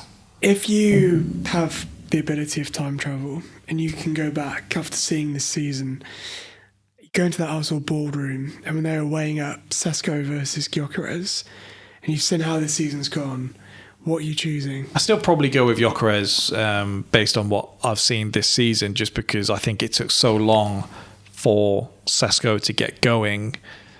And then when he did get going, it was because they snuck him in from the bench. We wouldn't have been able to afford him those opportunities. As soon as Havertz goes down on the opening day, it's a weird thing there because we don't sign Eze if he does, and you wonder how different the season would look. But then you see us against Man City, and maybe this was one injury too far. Maybe Havertz would have stayed fit for the majority of this season if he doesn't go down on the first game of the season. And we're a lot more free-flowing, and we don't have Eze's goals that he's chipped in, but we win a couple more of these 1-0 and 2-1, and we go from there. I think you can see Arteta hasn't wanted to be as pragmatic as this all season when some of the attackers have been fit and available. But I do think when he hasn't had those available, do you praise him that we've stayed in contention, or what things look like now? And I'm a bit torn because it's easier to feel how I feel now than how I felt justifying it with players out in September and December and so on. So yeah, big one this weekend. Last time I was at the Emirates, actually all the times I've been to the Emirates, really since the opening month of the season, I saw us score in the last second to beat Wolves, and I saw us lose to United the last two times I was there. So maybe I shouldn't be there, to be honest. Take some responsibility. Yeah, on the coach as well. So unpleasant. Okay, TK, let's hear about your trip to Anfield based on, well, other than what you've told us already. I think I touched on this earlier, but it looked like a good vibes day for the most part on Match of the Day in terms of the scorers and the goals. And yeah, there were definitely encouraging signs, and I guess you'd probably caveat it with Palace you wouldn't say they got their eyes totally elsewhere, but they're certainly glancing. But I say this, we still gave them more chances than West Ham did on the Monday night before, so maybe that's another slight warning sign to us. But yeah, they were definitely positive. If you look at Isaac, just kind of physically, if you look at him, how he looked in this game compared to even just the last time I saw him live at West Ham, where me being there and you watching on TV, both kind of came on the pod and said, this guy does not look like there physically. And this was before breaking his leg. And so he looked physically more capable, still disconnected from the game at times, still, in fairness to him, not being picked out with passes at times. Salah and Gakpo were guilty of not feeding him the ball a few times. And then some of the guys who you expect from this year, like Jones was great again. Szoboszlai doing his thing. But some of the people who maybe I've always much better from McAllister in this game, and thought Wirtz showed signs of what he can do again. It's small signs, but the goal obviously is really well taken. But there were other stuff in there, some of the passes and stuff, a lot more of what I would have expected from him coming in. I saw Ekitike making jokes on Instagram that he was with Isak's best friend, and it was like one of those wheelchairs for one of your knees. And I thought, are we there? I hope they've got that sort of relationship. Yeah. I don't know how you weigh it up that you likely got to see Salah on his final appearance at Anfield. I wish I hadn't. Yeah, I would, it's, maybe in a few years' time you'll be able to say I was at Salah's last game. But I wish I hadn't. It was just it'd be a very weird ending for it. The ending of the season is going to be a bit of a damp squib anyway.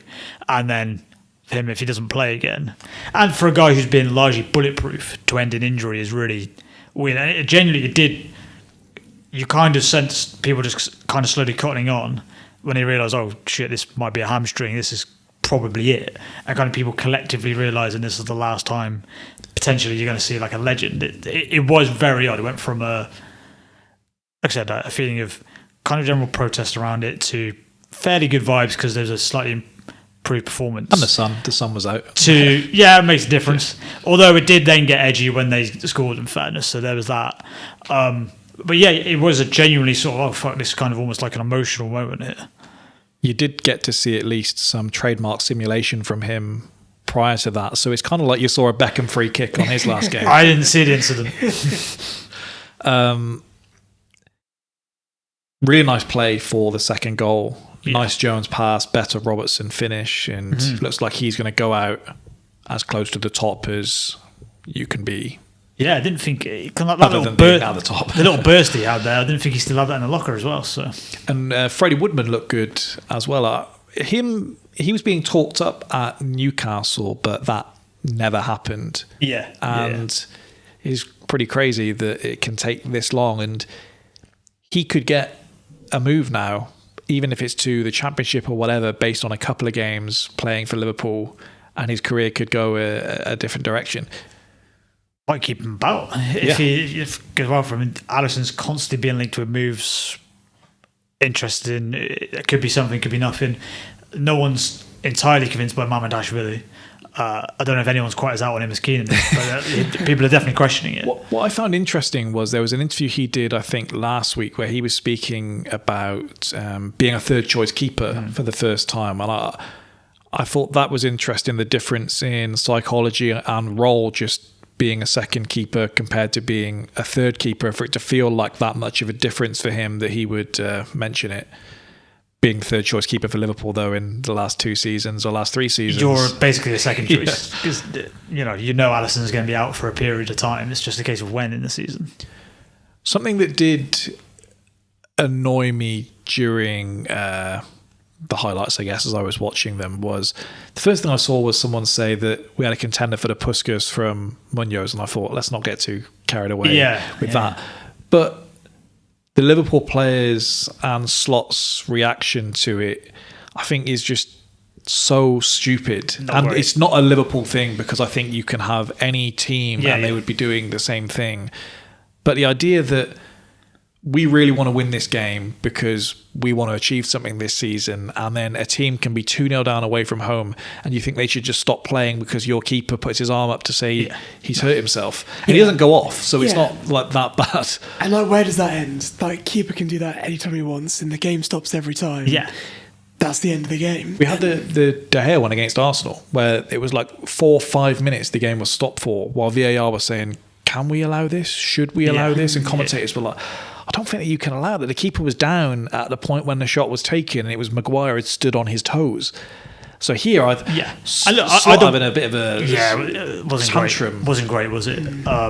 Not for the first time with some of his presses this year. The thing is, ultimately, whilst I don't want it to be at my team's expense, I do think you're going to have to see more of this stuff happening twofold, really, to get players to stop faking injury. In this case, he was hurt, but you can't just stop play for it.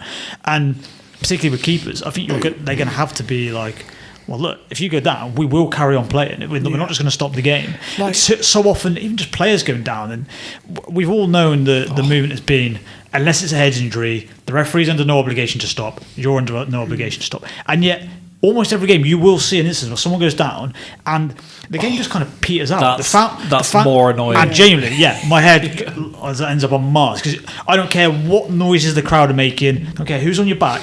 Carry on fucking playing. So that's what I would have done in the Palace, and everybody would have, wouldn't they? Let's face it.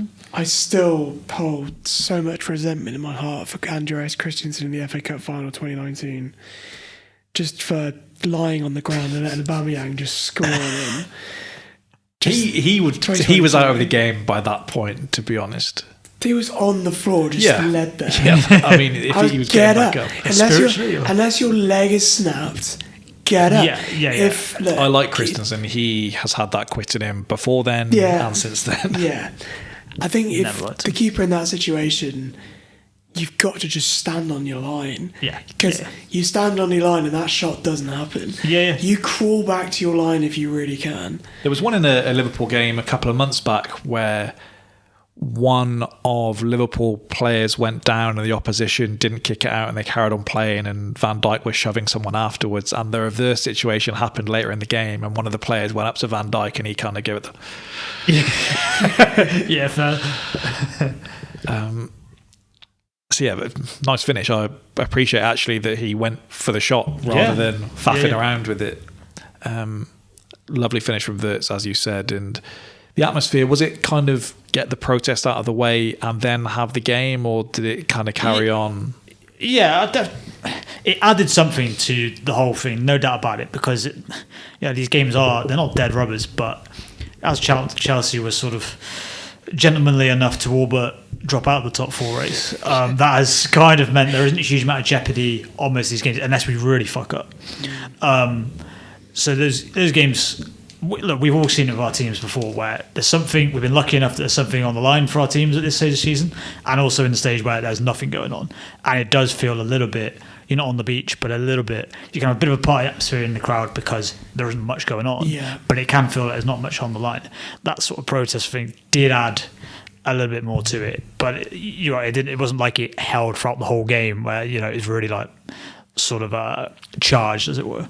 And you watched the Arsenal game in Liverpool? Yeah, literally just dipped into a pub. I imagine everyone rooting for Arsenal in there, were they? Yeah, it was a little rough for you. It got a little rough for you. On the relegation scrap, I guess there's 3 games. One of them was televised on Friday night. Could not believe what I was seeing in that Forest Sunderland game. Put that on as like a bit of background on Friday night, and in our predictive thing, I'd put 0-0 in that game. Good shout, because I was like, look, 2 tough, hard to beat teams. Mm-hmm. The Friday night element did throw a curveball in there because that normally spices things up a bit. If this had been early kick-off Saturday, I'd have felt more confident. If anything, though, Friday night at Sunderland would probably have leaned you the other way, surely. Yeah, if you were going to pick one. But I thought these 2 teams, tough, probably cancelled each other out. And then it was just, the first 5-10 minutes was just end to end. And I do wonder, whoever landed the first blow, you might have got this snowball effect they had. But once they did, Forest just fucking drowned them. It was mad. You saw Sunderland fans seemingly walking out now. It was shortly before, well, it wasn't even shortly before half time, it was about 35 minutes. You thought, they're not leaving shortly. They were flooding out. And then they did almost all come back for the second half, to be fair to them. But yeah, 4-0 by half time was absolute carnage. Goes to show how our season's going. I was looking at that result feeling happy. Like, oh yes, they're not going above us. So they can't jump us. Nice. Chris Woodback is huge for them. I brought him in our draft league, so that was nice work from me. We're actually have something was that he free, was he? Yeah, may affect a podcast in a couple of weeks' time. We've got a forfeit for the bottom place in our draft league that they need to spend 10 hours in a McDonald's. And the only way they can reduce that time is by eating. So if they eat something over 500 calories, that removes an hour of time. If they eat something under 500 calories, that removes 30 minutes of their time. God. And it looks like TK is going to be bottom after this week. It's not looking good for me. I'm wondering when the next So my idea is to document the struggle of whoever it's going to be. We've got a list basically of the menu of what's over and under. Nice. It's can't even cheap by doing like apples or something like that. No. Oh, I can't be in there for 10 hours. I just can't. As I said, 5 breakfast wraps, that's half your time gone. Do you know that McDonald's furniture, weird tangent, is actually designed to be uncomfortable as well? To get you out quicker. I didn't need to know that now. So I didn't know they psychologically. actually design all of that furniture to give you bad backs. Plus, like, not quite right. this will be a weekend and then kids are coming in and out, and that's like hell. That is absolute fucking hell. We need to find one that still has one of those kind of like soft play areas in there somewhere. Well, my plan there's is... a Ronald McDonald booking about him. Yeah. My plan is to document what he's eating and doing and have a pod run concurrently with it, so like it's our man in the field. video one. Yeah, we're just going live now too. Yeah, I'm too embarrassed to bring like the microphone into the McDonald's, but you get one of those little clip-on ones for can it. get something doing, and we'll see what That'll happens. look like we're doing like supersized meals. You're looking at him. How much is he going to eat? If you sit me next to you, it'd look like Russian dolls. With what you said about, just clocked what you mean there. With what you said about the McDonald's thing there, while sat outside in Wetherspoons on Saturday, I actually heard someone go, "Do you know every single Wetherspoons has a different carpet in it?" That's some great chat. Had you not heard? I thought everyone had heard that trivia. Never heard that. All right, you were the right audience for that trivia. Then.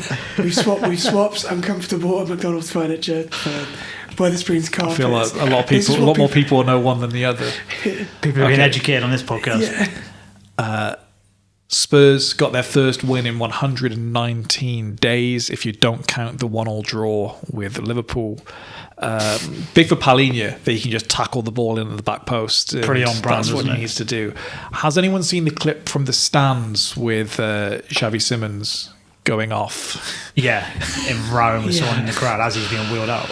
Yeah, but rough. The Spurs physio's supposedly asking if he wants to try running it off. It's incredible. Might be a sign of why their injury situation is what it is. Can you run off the ACL? No. Well, we sent Timber back out for the second half, to be fair, after he'd done his in the first half, because he said he was okay to carry on. Big one for them, but when they got off the pitch and looked and saw that West Ham had won in stoppage time as well, it would have been probably more gutting than it was positive with them getting the win. Proper Greek tragedy stuff with Spurs, where like even something good, there's just something bad around the corner. So, of course, West Ham won. That Everton handball feels huge, even though they do score 2 minutes later, and so you say, okay, would the same thing have happened? But it's just a crazy decision. I thought David Moyes dealt with it perfectly when he said, we're being told it's for grappling. The striker isn't grappling, there's someone grappling in his back, and they make a motion towards the ball with their hand. Yeah. When you see the handballs that do get given, you go, well, this feels a lot more handball than that. Yeah, there's a handball that ricochets off someone, bounces onto their hand, and it's given, and you're like, well, it's handball. When you're trying to push through someone and inadvertently push the ball away from goal, that's handball. Yeah. That's what the rule was invented for. Otherwise, you can nip round someone and just slap the ball out of the way. The easiest problem, I wanted West Ham to win, and I'm looking at how the fuck have they not given a decision there? Just remember that one we didn't get on at Ola Aina that could have cost us the league. Yeah. Ruined my I think Monday. that sprang to mind for everyone. Yeah. I'd forgotten about that until just then. Nuno won't have liked that Callum Wilson interview, will he? A man as miserable as him. What did he say? They brought up to him on Match of the Day, I think it was. They said to him, he just booted the mic again. Yeah, sorry. He's booted my mic. A lot of that in the episode, and people are going, what's that noise? But with the video, maybe they'll be able to figure it out. One of the pundits said to him, you're off wheeling away, celebrating, and Nuno didn't move, hands in his pockets, just barely flinched, and he said, it's probably because I'm the one that scored. And then repeats the joke like 4 times, saying, probably because it was me. Oh, God. Because it was me, I imagine. And he keeps saying, I'm joking. And then saying it again and saying, honestly, I'm just joking. Oh, no. And I thought, why piss him off? Yeah. Because he is the man that may go down rather than bring you on just because you've irritated him. So we'll see what happens in the next game. And then I don't know what the update is on the Solanke injury either for Tottenham, but that feels like that could be big if they're without him and Xavi Simons for the next game. The Simons one, obviously huge, isn't it? He seemed like he'd injected a bit of impetus to them. Even in that Brighton game, even if he doesn't have the worldly goal he scores, there was a general. He took a level of authority and leadership in that game. Solanke, I guess they'll miss him. But I mean, what's he brought when he has played? He's no different to Richarlison, I don't think. Not at the minute. He's not been firing. I don't know if they're putting Maddison on the bench for like fun, or if he's genuinely back, whether that can inject a bit of something to them. But he's got, again, someone with some personality. Now, it hasn't previously been enough to keep a club up. He went down with the ship with Leicester. But I'd forgotten the context of him taking that penalty. I'd forgotten that completely, that he took it off Vardy because he wanted to put the ball under his shirt because he was having a kid. And I saw just a Leicester fan doing what might have been if he didn't sleep with his missus that night, on that day, she's not pregnant. And we're all the way Vardy here. scores the pen, they don't go down, Crazy. Last thing, I guess, and something we'll do in more detail closer to the time. It was announced today that a deal has been agreed for Anthony Joshua to face Tyson Fury in the final quarter of the year. Always skeptical when we have a fight announced without a date, venue, or location. Why do they call it Q4 as well? We're not working in finance. Yeah. But Anthony Joshua does have one more fight to get through first against Christian Prenga in Riyadh on the 25th of July. If you're thinking, this is how little attention I pay to boxing these days, I've never heard of Christian Prenga. Nobody has. But I did see an interview with Hearn on Saturday where he was asked about Wilder, and he said, if we're looking to face Tyson Fury at the end of the year, we would deem Wilder to be too big of a risk to do before that one. And having seen Deontay Wilder in his last fight, that worries me a bit if you think that one's too risky. Yeah, they essentially said, look, if Joshua has a warm-up fight like this is, then he's signed to fight Fury, and that's what we've got. So whilst there's a lot of fucking around, and you can kind of appreciate because of what Joshua went through, the car crash or whatever, he probably does need to get back in there, but it's felt that there's one thing after another with stopping this fight happening, and these guys, and there's always been a warm-up, and then this happens, or that happens. So by hook or by crook, and it's mainly Saudi money, I do think we've actually got there because there's too much money on the table for them both now. I think they should have got the same opponent that Fury's just beat him in better fashion, and then go into the fight. Yeah, potentially. It's not an awful shout. Or you get one of his previous sort of cast-offs. Don't know if Otto Wallen's still knocking about, something like that. Yeah, I think they could have. If you didn't have a fight booked, I think you could easily bashed up Dave Allen. I think you could have got Dylan White in there if you trust him to pass enough drugs tests to get to the fight. Yeah. You could have bashed up Chisora, any of these, and I mean, had a bit more hype to then get people on your side going into the Fury one. But yeah, it seems like they didn't want a live one at all. But then if you look at Prenga, he's 6'5", 20 wins with 20 KOs. Now, I'll assume they're all going to be trash. I think it's going to be Mark Damori level, I would imagine. Yeah, exactly. But, I guess they'll sell the record on that, maybe. But it's the thing with these guys is even now, it's like Joshua against a bin man, people still will watch and still talk about it. And people are going to shit on Fury Joshua as a fight. Now it's going to be, it's too late or whatever. It is too late.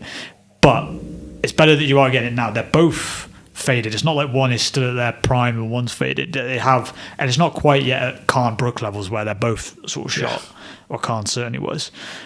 So I do think you've still got that element. And the other thing is, the masses weren't watching Fury Joshua because one was the WBC champion and one was the WBA. They're watching because it's Anthony Joshua and Tyson Fury. So whenever somebody says, "Oh, they're not as good as they once were," it wasn't. But you were never that big into it anyway. There's probably one of two fights you might watch in a year, and you'll probably watch again. Yeah. I'll check myself in now as Team AJ, and that won't be changing before or after the fight. But you wait till you watch at home with the Furies on Netflix. I'll win you over. No, I've seen enough clips from that. I feel like I have watched it via it basically invading. None of them as charming as they're supposed to be. Never quite been on board unless it's in like an Adam Sandler film with finding a kid swearing to be that funny. So I think that's half the program, isn't it? I gather. Yeah. Anyway, Thank you again for tuning in to another edition of the Spitballing Pod. Bank holiday next week, so we will be there. No nugget race, I don't think, unless anything changes. But hey, we'll see what happens. See you then. Adios.